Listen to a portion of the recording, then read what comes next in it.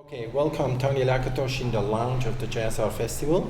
Nice to be here. It's the first time you're here, but I'm really excited and I'd like to ask you, you have a musical family background that which still exists fortunately in Hungary, that sticks to the passing on of a musical legacy through family, like in India, you know. So how did you get to jazz coming from a famous Lakatos family? Yeah, that's true. My father was a violin player, my grandfather and his father and his father. So it goes back hundreds of years that everybody was a violin player in a family. I started also on violin as my brother, and he stayed on violin. He became famous, and I'm only a jazz player. And I'm the only one in the family who chose another instrument. So it was not so difficult in my young years, you know, because they didn't want to play me any other instrument as violin. So it was quite a fight. But my father was a jazz lover. We had a lot of jazz records at home, and that was the place when I started to listen to jazz with his records, with my father's records. And in the beginning I started to play jazz on violin, but I didn't really like the sound for jazz. I liked the saxophone and trumpet and all these jazz instruments. And then when I was 16, 17, then I switched to the saxophone where I could play jazz. Wow, great. Good. So you're a professional musician and make your living with playing. What is bandstand learning? And by bandstand learning is actually what you do here is young kids learn next to peers, which is really the legacy that you were brought up through the family. Mm-hmm. And this is like a transfer now into, with young students bringing some adult, very experienced musicians together to do work on a project. So what do you think, what's important on this learning path for young musicians? How do you feel about it? I think it's very important, this kind of situation for young people, because it's not only reading music. You know, they can hear the phrasing from the older guys, from the professional musicians, how they handle with the music, how they see the music.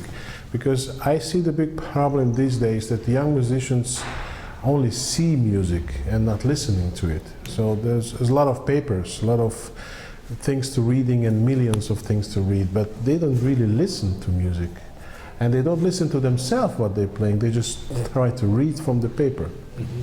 And this situation here is just different because they can hear how the older musicians playing with the music, with the paper. We all have papers, yeah.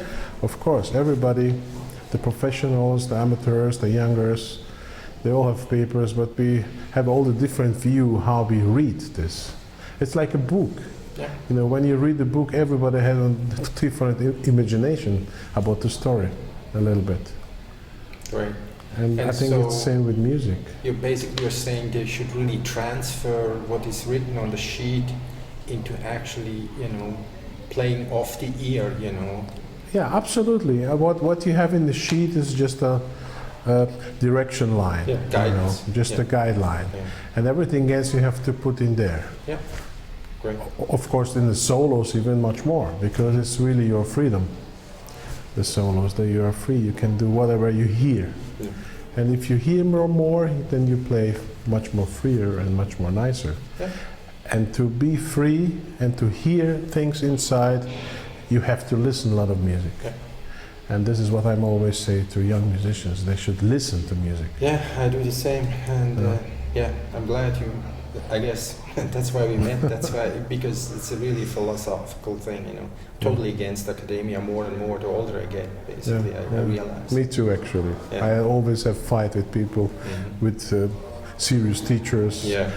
Because I believe jazz is, if it's not impossible, it's very hard to teach, at least. Yes, yeah.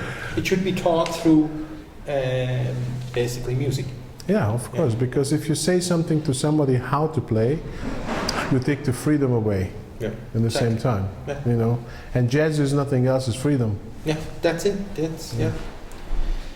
So, what do you feel like should be done to extend such programs? How should we work on?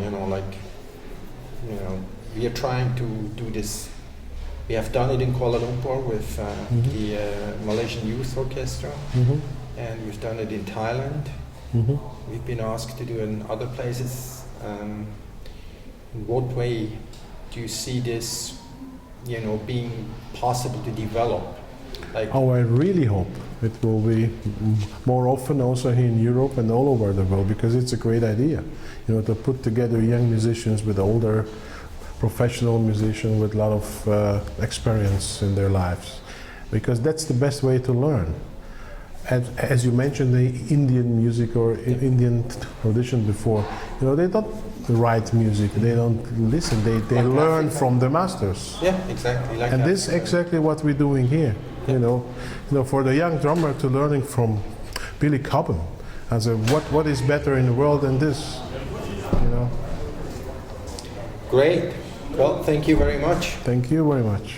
Great.